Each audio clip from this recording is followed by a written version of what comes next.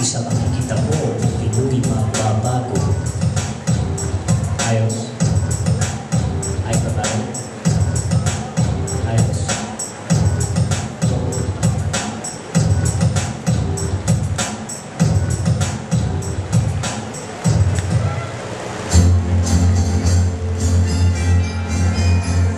Ano yung masasabi mo service natin ngayong umaga? Okay, masaya. Dami natutunan. Marami natutunan. Masaya. Mga paggala sa mall, gawin ninyo na maging masipag kayo sa inyong pag-aaral. Dahil kayo ang mga tatayong leader ng ating pamayanan sa mga darating na araw. Paano kayo magiging kapaki-pakinabang sa lipunan kung hindi nyo pahahalagahan ang inyong pag-aaral ngayon pa lamang?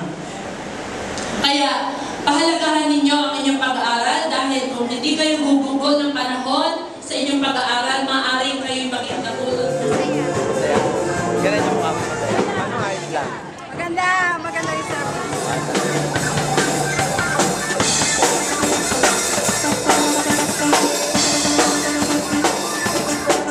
Service natin gawain ngayong umaga. Maganda. Ayos naman. Maraming tao. Masaya. Mamat. Dami. Ay, ganda. Grabe. Sumayaw. Na pumapasok sa templo ng Panginoon upang sambahin ang kaisa-isang Diyos. At ang sabi ho ng banal na kasulatan, ang sabi ho doon, naging kurap ho ang kanyang bayan. Bakit? Hindi ho nila pinahalagahan ng Diyos. At pag binasa niyo pa ho, ang sumunod doon naging anak niya ho ay si King Ahaz, ay naging kurap din sa ikalawang Kronika 28:1. At ang sabi ho doon ay sumamba siya sa Diyos-Diyos. At bakit?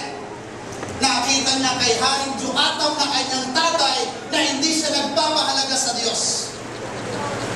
Inaintindihan niyo po ang mensahe ngayong umaga. Tayo mga magulang, mga tatay, mga nanay, pag nakita ng ating mga anak na tayo hindi nagpapahalaga sa pagpunta sa sambahan upang sumamba sa Diyos, huwag po kayong umasa ng inyong mga Maganda ang service ngayong umaga. Maraming naipamahaling salita si Pastor Max. Ganun din naman sa mga bisita natin. Nakatulog din naman sila. Sabi nila na masaya rin naman sila sa pagbisita sa frontline worship service. Very well. Talaga naman lalong sasabihin. Hello. Today, you want my name or anything? My name is Jody Gaddy. This is Nestor. Come here, Nestor. Smile.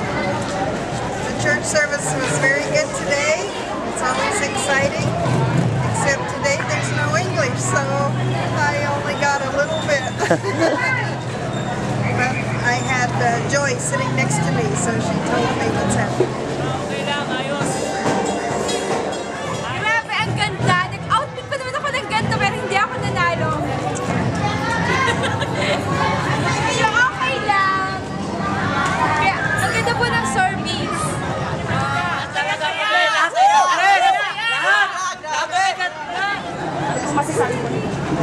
Tunay nga po nakaka-bless itong service ngayong umaga sapagkat ang lahat ng mga kabataan, ang lahat ng mga Kristiyano sa San Pablo ay magtutuwag sama-sama at kami po yung nalulugod na makabilang at makasama sa service ngayong araw.